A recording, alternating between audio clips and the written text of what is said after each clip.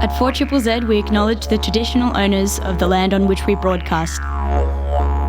We pay our respects to the elders past, present and emerging of the Turrbal and Jagera people. We acknowledge that their sovereignty over this land was never ceded. And we stand in solidarity with them.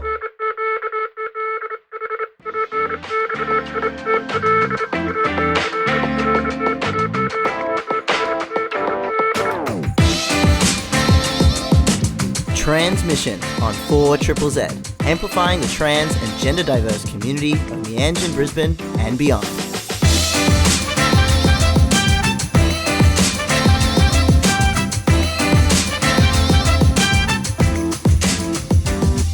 You're listening to Tranzmission on 4ZZZ. We are going to be talking about some pretty heavy stuff today.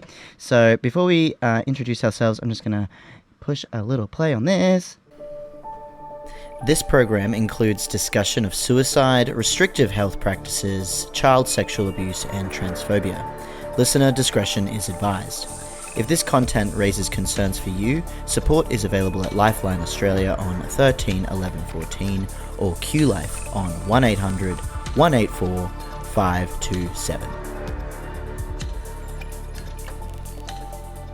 That's right. Listener, look after yourself. This morning, I am in studio as me, he, him, with the wonderful Bette, she, they. And Bette, what are we chatting about today?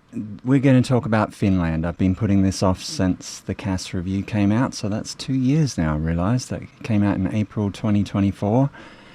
You'll remember we did a 2-episode special on it here, and I did mention Finland at the time, but I said it was just too heavy to talk about on air. So I've rethought that. So sorry, people, we are going to talk about it. Look, if you're feeling delicate, you do not have to know this information. It's going to be focused on young people in Finland especially, and on one person. Her name is Riitterkerttu Kaltiala. She's a psychiatrist who's very involved in gender-affirming, well, she calls it gender-affirming medical care for young people in Finland. It's disputable whether that's what it really is. All I could say the first time around was that I'd read some testimonies from Finnish young people and their experiences in Finnish gender clinics, and it had made me so sad that I'd curled up on my couch in the fetal position crying. And I also said that despite that, the CAS review had upheld the Finnish model as something to emulate. And then when I read the Vine review late last year, I realised that they were upholding the Finnish model as something to emulate. So I'm just going to go through what the Vine review, a few points the Vine review made about Finland. So firstly, they cited Kaltiala twice. They repeated her claim that there is little evidence to support a reduction in completed suicide among trans young people who access gender-affirming medical treatment. They claimed that the approach in Finland appears representative of a truly neutral approach regarding matters like pronouns, names or attire. And I said at the time it's worth noting that Finland does not have gendered pronouns, so that was easy, that part. Baked into the fabric of culture there, so, you know. Yeah. And they stated that the Vine Reviews panel had met with key clinicians from Finland who described their model of care. They hadn't met with physicians from any other country, so I'm not exactly sure why they prioritise Finland. I'm sure that some anti-trans campaigner whispered that idea in their ear. So according to the Vine Review, relevant components of the Finnish approach include respecting diverse identities while ensuring a neutral, comprehensive assessment. Sounds good, doesn't it? Mm. Meanwhile, the JBI review, which was the systematic review attached to the Vine review, made it clear that the Finnish guidance establishes one of the most restrictive frameworks identified in this review. And it's worth remembering that they're comparing it to, among other guidelines, the guidelines of the Gender Exploratory Therapy Association, which practices what some people have credibly called conversion therapy. Yeah. Then they listed the different guidance that they'd synthesized from around the world. They listed Australian guidance first, followed by Finland, the UK, WPATH Endocrine Society, in that order. So that kind of shows what they were prioritizing. Now, I'm not going to go any further about that. It should, in a nutshell, make our blood run cold. I'm sure it makes your blood run cold, Ez, because you already know where this is going. And yeah, people have said to me, the Vine review, that's water under the bridge. Don't need to worry about that now. Well, this is Finland making incursions into the way we talk about healthcare for young trans people in this country. And the reason why I decided to do this show this week was because Riitterkerttu Kaltiala has been doing webinars for physicians in this country. Now, the first one she was scheduled to do for, now I've forgotten the name now, the Royal Australian College of GPs, for a special interest group attached to that group. So basically, she was going to do a webinar for a bunch of GPs. Now that got temporarily at least cancelled, thanks to the efforts of some lovely doctors who are looking out for trans young people. But she rescheduled and she did it somewhere else. Now, I forgot to take note of where that was, but it was for an organisation where you expect this kind of thing. But they're saying she's going to come back. So I was going to do a quick recap on where this might head if the Finnish model takes hold here. So we did our episode on the Pathways project, or the Pathways suite of studies, as they call it.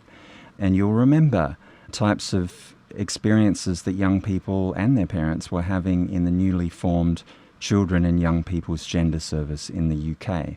So this is after the CAS review. Basically, I said it upheld the Finnish guidelines. In fact, Hilary Cass seems to have adored the Finnish guidelines. She praises them above all else. And Kaltiala, as I've said before, was involved in the CAS review, on the advisory board for the CAS review, or the so-called clinical expert group. And you can see that on Kaltiala's website, I discovered, by the way. She's not hiding that, unlike some other people who were involved. So in the UK, since they've started to obviously remake their system in line with Finland, we've been hearing things like a young person who said they were all, and this is when they were going through a so-called assessment to get gender-affirming medical treatment, a young person said, they were always like, you're not displaying enough distress or gender dysphoria. And in my final session, I was screaming at the guy. I was crying, and I was like, are you happy now? Another young person described having been forced to undergo an unwanted genital examination. A parent described a barrage of inappropriate questions. Another parent felt their parenting was being probed, that doctors were looking for negative parental influence on their child's identity. And a third parent said that the physicians at the CYPGS seemed to question whether trans identity even exists, and they refused to use the term trans. The parent said, my child is not safe to be in that room. So just to be clear, none of that is even slightly surprising, given the influence of the Finnish model of care on the CAS review. In fact, we would almost certainly expect to hear much worse in the coming years. We know, for instance, that young people participating in the Pathways studies will be routinely asked inappropriate questions about their sex lives. Have they had their genitals fondled? Have they performed oral sex? Do they think about sex too much? While their parents will be asked whether the young people play with their sex parts in public. What that has to do with assessing someone's transness, if transness even needs to be assessed in the first place, I don't know. But none of it should surprise us, because in Finland it's much, much worse. So that's the context. Finland's influence is spreading. It has been spreading for about 10 years now, but it's really ramped up since the CAS review. Now, I know it might seem strange that a small country like Finland can have this kind of outsized influence on the world, because it's not just influencing healthcare in the UK, it influenced healthcare in the US. But it's not that strange that one country could have such an outsized effect, because the Netherlands had an outsized effect on kicking this whole chapter in trans history off. The Netherlands was where the Dutch protocol was developed. They became by far the leading country in gender-affirming medical treatment for young people. That occurred starting about 1988. So we're almost on 50 years now. People are still calling this care experimental. It's been around that long, thanks to the Netherlands. Now, I'm going to focus on Riitterkerttu Kaltiala. It's not totally clear to me how influential she's been in this. She definitely has been very, very influential, and she definitely is the main spokesperson for the Finnish model. Let's do a timeline on Kaltiala. So in 2011, she was not working in a gender clinic. They didn't have a gender service for anyone under 18 in Finland in 2011. Now, as Kaltiala puts it, she kind of had to bow to activist, so-called, and political pressure, and she reluctantly agreed to deliver pediatric care at the Tampere, I don't know if I'm saying that right, Tampere University Hospital, or the TAYS. But according to her, the young people who referred in for treatment did not resemble the Dutch cohort, and that's what everyone was basing their care on at the time, was the Dutch cohort. She worried that the Finnish cohort were mostly AFAB, whereas in the Dutch cohort they were mostly AMAB. She worried that they had excessive psychiatric, what she always calls comorbidities. And again, in the Dutch cohort, the young people were fairly rigorously screened for psychiatric conditions. She then, funnily enough, later in about 2016, when Lisa Lippman's rapid onset gender dysphoria study came out, junk science by the way, she worried that even though the young people she was starting to see had fewer psychiatric conditions, now they spent too much time with other trans people, and that was transing them. Funnily enough, in 2011, she'd been worried that the young people she was seeing were too isolated. In any case, throughout the 2010s, she spent her time resisting pressure to provide better access to care and publishing studies that appeared to justify that. So in 2019, she published a study claiming that medical gender reassignment is not enough to improve functioning and relieve psychiatric comorbidities among adolescents with gender dysphoria. So this is something she says quite often, and it's a familiar straw man argument used by anti-trans campaigners. They claim that gender-affirming care is supposed to solve all of a young person's psychiatric issues. But that's not a claim I've ever seriously seen But how made. can you solve all of any individual's psychiatric ailments with one blanket solution? I think they've made a bit of a leap of logic there where they claim that they sometimes meet young people who think that gender-affirming care is going to solve all of their problems. And Right. I guess I can see how they could get that impression. Young people sometimes are very focused on gender-affirming care. I'm not sure that I've ever met one that thought that it was going to solve all their problems. Neither. But I guess I could see how they could make that misunderstanding. But they leap from that to saying that researchers and physicians are claiming that gender-affirming care is going to solve all of a young person's problems. So there's a little short interview, I'll put it in the show notes on the podcast episode, Kaltiala and someone from the Australian Christian lobby, and it shows you well how Kaltiala's kind of argument goes. She gets asked in that interview 3 times about harms, because the person interviewing her from the Christian lobby is obviously convinced that there are these terrible harms associated with gender-affirming medical treatment. And Kaltiala can't come up with even one harm. She doesn't even mention any harms. All she says is that the expected improvements in mental health weren't seen in the young people that she treats. The kicker here is that study that I mentioned, it hides a little secret in table number 2, where we actually find substantial drops in psychiatric consultations for depression, anxiety, and suicidality after initiation of gender-affirming hormone treatment. So she's just fantastic at drawing conclusions from data that when you look closely at the data, you're like, huh? How did you get that conclusion? I'm going to move on because I'm going to come back to the data in a minute. In 2020, Kaltiala participates in the drafting of treatment guidelines for trans children and young people in Finland via COHEAR, the Council for Choices in Healthcare in Finland. In 2022, Kaltiala, along with SEGM members Richard Stevens, who's also in the Bayswater support group in the UK, have you heard of them?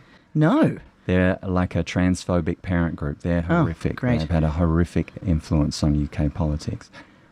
And Richard Byng from SEGM, they all met with the Florida Board of Medicine under Governor Ron DeSantis immediately before the gender-affirming care bans came in there, where gender-affirming medical treatment was banned for anyone under 18. Minutes of the meeting reveal they were all there and that they were all in advisory positions for the CAS review. In 2023 and 24, Kaltiala writes 3 letters to the Finnish Parliament regarding a proposed ban on conversion therapy. These hit all the bases you'd expect. She cites the CAS review, she cites Roberto D'Angelo, the president of SEGM, and she claims that there's no need for a ban on conversion therapy because conversion therapy doesn't exist these days. She gets very defensive about whether or not psychiatric treatment of co-occurring mental health conditions in trans young people automatically qualifies as conversion therapy. Spoiler, it doesn't. And she goes off on a tangent about how, quote-unquote, constructed penises cannot get erections and constructed vaginas are at risk of growing shut. She even references Uber-turf Helen Joyce. Do you remember her? Oh, no. Now, Helen Joyce is not a physician. Yeah. And she references another non-physician, Abigail Schreier, who wrote the potboiler, Irreversible Damage, the Transgender Craze Seducing Our Daughters. So, in 2024, to return to the data, she's the senior author of the infamous Trans Youth Suicide Study, aka Ruuska et al., which claimed that allowing trans people access to gender-affirming medical treatment does not decrease finished suicides. So that phrase, quote-unquote, finished suicides, is a favourite of Kaltiala. Keep in mind, like, they analysed data of thousands of young people, I forget how many, and they had 7 suicides. So it's, even though it was a huge data set in one way, it's tiny in another way. There's only 7 suicides there. And this is probably why, I imagine, not many people do studies on finished suicides for these cohorts, because they're just not big enough to get meaningful data. So, but she criticises studies that focus on rates of suicidal ideation. And she says this wild thing, which is that a 40 to 60% rate of suicidal ideation in young people is just misleading, because only 0.3% actually suicide. Now, I mean, obviously, we're not claiming that many of them are going to suicide. We're just saying, wow, that's a very elevated rate of suicidality that these young people have. So, anyway, the fact that the 0.3 that actually suicide is 3 times the rate found in her control group, she then explains away by controlling for psychiatric visits. This is kind of hard to explain because it's so wild, but basically she's saying that the presence or absence of gender dysphoria is not important in determining someone's risk of suicide, but the presence of some coexisting mental illness represented by a trip to a psychiatrist is. So in other words, gender dysphoria couldn't possibly cause suicidal ideation. And yes, it sounds crazy to me too, but anti-trans campaigners lap this up. And meanwhile, she pulls the same trick she pulled in the 2019 study, not even commenting on the fact that according to this study, Ruuska et al., hormones and surgery are actually associated with a drastic reduction in suicide risk. But again, that's hidden in the fine print. Of course. Yeah. So I did want to make the point that suicide study, Ruuska et al., has been incredibly influential. It had a huge influence on gender-affirming care bans in the UK and the US. It makes up the bulk of the evidence cited by the Cass Review to downplay the risk of suicide. And as we know, that was a claim that was proven tragically false when data was released via a Freedom Information request earlier this year, showing a 400% increase in finished trans youth suicides. Oh, my Lord. In the year immediately following the first ban on puberty blockers through the NHS in 2020. Now, that wasn't a full ban, it was just a ban through the NHS. Now they have outlawed puberty blockers. God knows how many young people have died. We won't find out for a while because this data takes a while to emerge. And I hate to say this, but God knows how many young people have died or will die here in Queensland because of the ban that's going on here. So Kaltiala and Ruuska et al. Are partly to blame for all of that. In 2024, Kaltiala spoke at a SEGM conference in Paris. In 2025, as I said, she turned up in the Vine Review. And now in 2026, she has a new study and she's in the news again. It's another reason for doing this show. Now, the new study claims that she's gone a step further. She claims that severe psychiatric conditions get worse in Finnish young people under 23 following gender reassignment. Now, what exactly gender reassignment entails was not spelled out. Epidemiologist Gideon Meyerowitz-Katz says there are obvious issues with the analysis which make it largely useless as a scientific investigation. So I'll link to his response in the show notes. I'm not going to go deeply into it. They've been arguing back and forth online. One obvious problem with the study that I will point out is that it regards a single visit to what it calls a specialist level psychiatrist as a marker of a severe psychiatric condition. And it doesn't make any distinction between someone who's been there once and someone who's been there 20 times. Of course, anti-trans campaigners are saying that it proves gender-affirming care doesn't work, but as I said earlier, it's debatable whether or not Finland actually practices gender-affirming care. Finland instead seems to practice an old-school style of excessive gatekeeping that, judging by this study, appears to be traumatising its patients. Evan Urquhart, trans man at Assigned Media, says, her studies claim Finland's results are poor, but she also says that other countries should adopt Finland's approach. Riddle me that, Batman. Okay. Let's look closely at that approach. And this is where the big content warning comes. So this is from an article in a LGBTQIA plus online magazine called, I'm going to mispronounce this, Kehrääjä. Came out in 2021, and this is what I read when the CAS review came out that had me crying on my couch. And I'll put the link in the show notes. Okay, so I'm going to read from it. And keep in mind that I've put this through Google Translate, and I had to do a little bit of an edit to that. I tried not to change the sense of it at all, just the grammar. A young girl walks into a room, sits down with her mother and looks around. There are 3 completely unknown adults in the room, one of whom, a male doctor, leads the conversation. During the conversation, the male doctor turns to the girl and demands that she explains what she thinks about her naked body when she looks in the mirror. The girl begins to cry, and this confuses the staff who cannot understand her reaction. The girl, Milla, is 13 years old. Similarly, the staff cannot understand why a girl under the age of 15 feels anxious when asked to speak about her erections, her penis, or the way she urinates to unknown adults. Questions like, how does it feel to know you'll always really be a boy? How much do you hate yourself because you're a boy? And to what extent do you feel that it is better to be dead than be a boy? Hurt the young girl. According to Milla's mother, the transpoly, which is as far as I can tell, the slang term for the gender identity service units in Finland, of which there are 2. According to Milla's mother, the transpoly had constantly pointed out that blocker treatments and possible hormone replacement therapies would affect the amount of penis tissue available for vaginoplasty and weaken the possible result of surgery. In addition, they had tried to intimidate Milla's mother regarding Milla's possible infertility, to which the mother had replied that she was aware of the matter, and this really gets me, especially since the state still requires trans people to be infertile in connection with their gender recognition. This is a little edit for the podcast version. As of 2023, Finland no longer requires sterilization or mandatory infertility to legally recognize a change in gender. However, the article that I'm quoting from here is from 2021. It's worth noting that Finland was one of the last countries in Europe to change that law. Milla's mother says that after acquiring puberty blockers from another doctor due to how slow it was at the transpoly had made a child welfare report and a criminal complaint against the mother, even though the blockers were prescribed legally by a Finnish doctor. According to one of the interviewees' families, their 13-year-old son was encouraged to have sexual experiences so that, quote-unquote, you know what you're missing out on if your sexuality changes or is disturbed by the process. Another mother says that the transpoly had interpreted the child's sexual development as delayed when the boy had not had vaginal penetrative intercourse at age 15.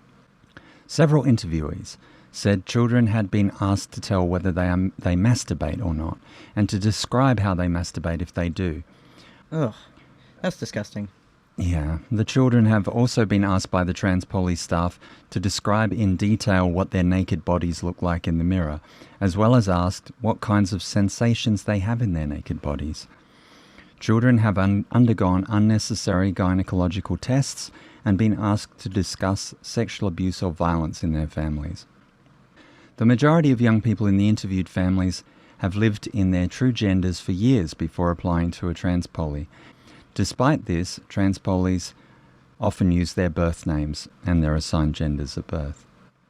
Families also said they had been questioned by staff throughout the process. For example, one parent says that staff described to them brutally how phalloplasty is implemented, and how, quote-unquote, the urethra is stretched to the penis to be built, and they almost always have to be repaired, and they almost never work properly. The parents said the description felt like intimidation, as if the staff were hinting that Mikko, the parent's son, could not possibly be transgender, as he had not thought about such operations and their consequences in advance. Finally, after a diagnostic process of years, it was decided that Mikko could not be diagnosed because his hobbies were too quote-unquote girly and he did not have boys of the same age as friends. Several parents said the trans poly recorded false records in the patient records. For example, the trans boy Ilari's parents, Asko and Helena, say that when they visited the trans outpatient clinic, the child's own account of how he had told them he was a trans boy when he was under school age was changed in the records to a different story of how the mother, Helena, had told Ilari he was transgender. The mother of the trans boy, Alexei, says that the young person had been criticised for the way he talked about clothes, and that the staff expected him to be stereotypically masculine. Staff criticised the boy's masculinity. A nurse told him, "How does it feel to know you'll never be as good as a real man?"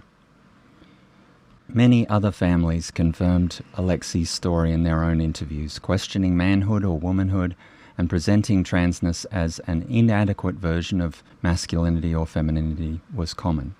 Most parents interviewed believed that the activities of the trans polies have caused them and their children long-term harm. One of the mothers says, quote, "The Finnish trans police system is comparable to torture. It is a system of bureaucrats whose purpose is not to treat trans people, but instead to eliminate as many of them as possible. The trans poly is not for transgender people, but for the cissexuals who are afraid of them." According to Helena and Asko, the trans polies are not about diagnosing transness, but looking for reasons why the child is not transgender. I just want to point out, you can't diagnose transness, everyone. It's not a medical condition. The comments thread even has more of it in there. I hadn't noticed this before. Someone wrote in the comments thread, "This is so familiar. I haven't even received a referral yet, but when I asked, the much older doctor started listing sex positions and told me to answer them from positive to neutral or negative." This is creepy. It's insane, isn't it? And completely irrelevant. And keep in mind, this is a quirk of the Finnish system, to even get referred to the trans poly, you have to go through the local healthcare system that doesn't specialise in transness in any way whatsoever. They're supposed to interrogate you before you even get there. And they're the ones that look for the co-occurring mental health conditions. And if you have them, then you're fresh out of luck. You can't get You're a ineligible. referral. Yeah, right. So, gosh. And someone else comments, "Yeah, familiar stuff. I was 14. The specialist got angry when I announced that some of his questions were outrageous. He said I can't really become a real man.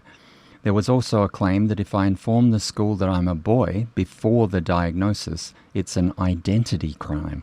During the diagnosis, I found out that I'm just a girl who can't stand that boys don't want to play with me anymore. I heard how I would regret changing my name and I would regret trying to make my body more masculine.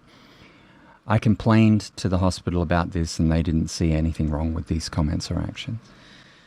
Wow. Well, you're listening to Transmission on 4ZZZ. We're doing some pretty heavy stuff today, chatting about quote-unquote gender-affirming care for trans young people in Finland, what their models of quote-unquote care are and not care. So, yeah. I'm just going to go back into just a bit more of young people's testimonies. So this comes from a different article. This is Assigned Media again. I mentioned them earlier, Evan Urquhart, who appears to be writing with someone from Finland, Esa Kalliomaki, 2024. So again, link in the show notes. At the gender clinic, Mikhail says there was no kindness, no recognition of the stress the intensely personal questioning might cause in a young teen. One line of questioning was particularly hard, harder even than questions about his chest.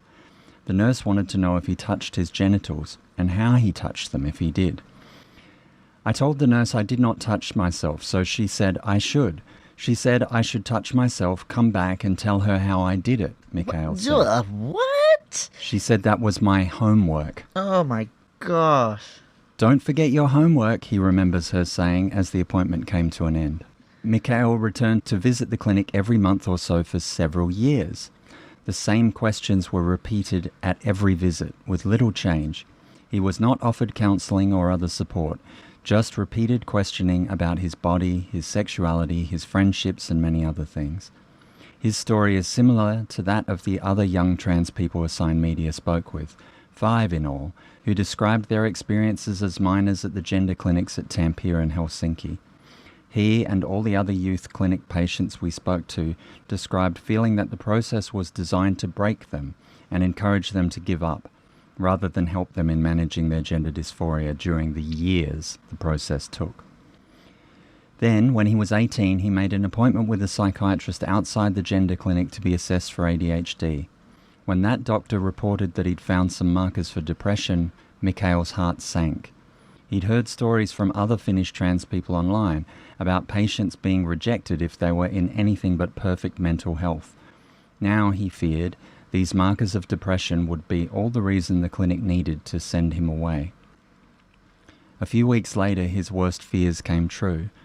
Although the clinic had never diagnosed, treated or recommended any kind of treatment for depression during the years that he'd been seen, the doctor at the clinic now told him they felt his mind was not clear enough to start transitioning, and they brought the process to an end. Sent off with nothing but a recommendation that he start therapy, Mikhail was left to fend for himself. Losing the hope of treatment after a mental health diagnosis was a common theme across every person we spoke with. Not just those who sought help as young people, but also those who sought to transition in Finland as adults. Trans Finns who had no mental health diagnoses counted themselves lucky and told us about friends whose transitions had been refused because they struggled with their mental health. Others who suspected they might benefit from treatment for depression or anxiety spoke of delaying seeking help out of the fear that obtaining help for those issues would result in losing their transition chance. So this is another reason why the latest Kaltiala study, the latest Ruuska et al. Study that came out this year, is suspect, because mightn't young people have been just waiting till after they obtain gender-affirming medical treatment to seek mental health support? Mightn't that be the reason why their visits to psychiatrists but go also, up like, afterwards? Who's rocking up to get gender-affirming care going, I'm so happy to be here. Well, Gosh, exactly. you know, like... So I will mention this. A young trans girl said, I was asked about masturbation in one form or another in all but 2 visits, and it has continued to this day. I knew I couldn't refuse the question, so I tried to keep the answer short so it would meet their needs and share as little information as possible. Everything I said was interpreted in the worst way. Eventually I learned I had to lie to them. I had to think of every word I said. It became hard for me to eat before the visits. They gave me so much anxiety that even just being in the lobby made me anxious. So I'm going to leave the Finnish young people there. Sorry, it's getting to me. Yeah, this is awful. Yeah, what I want to say, though, is that none of this is in the least surprising, though. And so this is the gender-affirming care model that everyone's supposed to adopt? Is that... That's right. Right. This sort of aggressive interrogation of children's sexual behaviour and endless waiting while you interrogate them about everything under the sun to try and make sure that their identity is legitimate is what's recommended in the Therapy First clinical guidelines, which we've spoken about here in the show we did on conversion therapy. So Therapy First is an offshoot of SEGM, and we know that Kaltiala is close with SEGM. Now, Therapy First clinical guidelines have been taken offline recently, but luckily I downloaded them. Here's what Therapy First recommends that therapists talk to young people about. What is the history of their romantic and sexual relationships? How do they see their sexual orientation? Have they had any sexual experiences, and what was their nature? Do they masturbate? What kinds of sexual fantasies do they have, if anything? When was their first sexual experience? How do they feel about sexuality and sexual content? Are they interested in sexual contact, or do they find it frightening or abhorrent? If they are sexually active, what do they prefer? Who do they prefer to have sexual contact with? And is this consistent with their stated sexual orientation? What kinds of sexual activities do they prefer? Brackets, being active, passive, dominant, submissive, kinks, etc. Keep in mind there is no lower age limit that I could find on this. Oh my God. How did family and peers respond to their sexual orientation? Is there any internalized homophobia? Have they had any adverse sexual experiences, including non-consensual contact, abuse or sexual assault? The Cass Review actually goes further than that. The Cass Review claims that pornography might be a possible cause of transness. And to support this, it links to a paper, again, I've mentioned this before, it's Nadrowski's A New Flight from Womanhood. Now, the paper itself, which is just an opinion piece, it states outright that there is no evidence for the theory that porn causes transness, but it's still worth looking into. And it recommends asking young trans men in particular about the following. Type of pornography consumed, brackets, age of proponents, sex of proponents, pornographic scripts, meaning do they show gangbangs, facial ejaculation, double penetration, rough oral sex, BDSM, coercion or rape? Again, no lower age limit that I could find. Open Doors Youth Service is a South East Queensland support service for lesbian, gay, bisexual, transgender and or intersex youth aged 12 to 24 and their families. Open Doors believes that all young people have the right to explore, experience and express their gender and sexuality in safe and supportive environments, and offers a range of programs and counselling services, as well as support services for parents of LGBTI youth and community education and training. For more information, visit their website at www.opendoors.net.au. Sponsors of 4ZZZ. You're listening to Transmission on 4ZZZ, and we've got 10 minutes left. Okay, I'm going to try and cram this in. I just wanted to point out there's an Australian study on mental health outcomes for trans people that came out this year, Saxby et al. I'll link it in the show notes. It shows something very different from the Finnish study. It shows that mental health care use does increase a little bit around the time of gender-affirming hormone treatment initiation, but then it declines substantially over time. Altogether, gender-affirming hormone treatment may help address unmet mental health needs and contribute to longer-term reductions in mental health care use and associated costs among trans people. This study had an absolutely massive sample size. It also had a sibling study that you all would have noticed that looked at mental health treatment following gender-affirming surgeries. Now, I just wanted to point out quickly, that study did not show, as some pro-trans advocates claimed, that gender-affirming surgery pays for itself within 3 years through reduced mental health costs. It showed that it would pay for the current Medicare rebates on surgery within 3 years, which, as we all know, are a fraction of the actual cost. But that's still good, right? Yeah. So I'll link to that one too. So, and I wanted to just bring my opinion in here, because I actually think this whole discussion about whether or not gender-affirming medical treatment reliably produces improvements in mental health for young people is kind of a bit misguided. You know, so we keep hearing that the evidence is low certainty, that, you know, so we hear over and over again that the evidence for puberty blockers is low certainty. Why? Because puberty blockers don't reliably improve mental health or reduce gender dysphoria. Now, I want to ask, why would puberty blockers improve mental health or decrease gender dysphoria, unless it's about artificial scarcity and discriminatory healthcare practices that are making it hard to get puberty blockers. And so that means when a young person finally is prescribed them, they feel a great sense of relief, and that improves their mental health. But puberty blockers, they just pause you where you are in your development. They don't change your body at all. Yeah, you're in limbo. They don't make you more aligned with your gender identity. They don't make you feel more affirmed. They don't do any of that. And they have a few minor side effects as well, which wouldn't help your mental health. As well, they pause you in a part of your development while your other friends are going through their endogenous puberties. And so if you have to stay on them for quite a while, that could be depressing. We should not expect mental health improvements for prescribing someone puberty blockers. It's completely absurd. The only possible reason I can think of why their mental health would improve is that they would feel relieved that they managed to negotiate a transphobic system and get hold of these friggin' drugs, right? Yeah.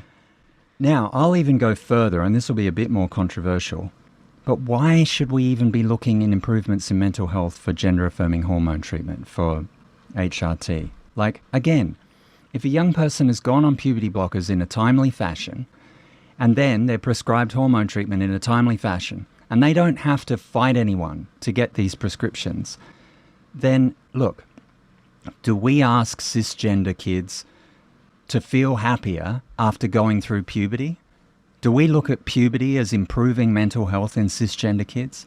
I've never heard of that. So why should we look for improvements in mental health in a trans person who goes through puberty? Which is basically what's going to happen when they go on hormone treatment. They're going to go through puberty. The reason why we get significant mental health improvements in adult trans people is because we had to go through our endogenous puberties. We had irreversible changes from them. And then finally we get on hormone treatment later in our lives. Of course it's going to improve our mental health. We're so relieved to finally be on the right road after taking this wrong turn. Now, even then, though, there are going to be things, minority stress. You know, we may have problems passing, quote unquote. I hate that term. You know, we may still feel dysphoria because there are parts of our endogenous puberty that we can't reverse effectively. But yeah, you hear what I'm saying. And the perceptions of others, right? Yeah, You know? totally. And yeah, especially. And this also applies for young people, like the young people in Finland. How do we know how transphobic or otherwise Finnish society is? If you think about it, Kaltiala and her crew are making these young people wait for years to get a diagnosis so they can get the drugs that they need. Meanwhile, they go through their endogenous puberties. So they're basically transitioning as adults or close to it when it's too late for puberty blockers and when gender-affirming hormone treatments are not going to reverse all of the secondary sex characteristics. And keep in mind that Kaltiala's latest study goes up to 23 years old. So these young people who may have transitioned at 22, for all we know in this study, they may be going through the same minority stress issues that adults go through when we transition and we can't pass and people heckle us in the street and so on. So why are we looking for mental health improvements? The one question that we should be asking these young people years from now is, are you glad that you transitioned? And all we want is for them to say yes. End of story. Edit. Just to be clear, the purpose of gender-affirming medical treatment for young people is not to improve mental health. It is to inoculate against the likely catastrophic decline in mental health that will happen if these young people are not allowed to affirm their genders and live as they want to. Postscript. Kaltiala is in the news in Finland. This comes from YLE, the Finnish equivalent of the ABC, the most respected mainstream news service in the country. And this relates to the EVA unit at the Tampere University Hospital. So this is where the gender clinic is located, but this is not in the gender clinic.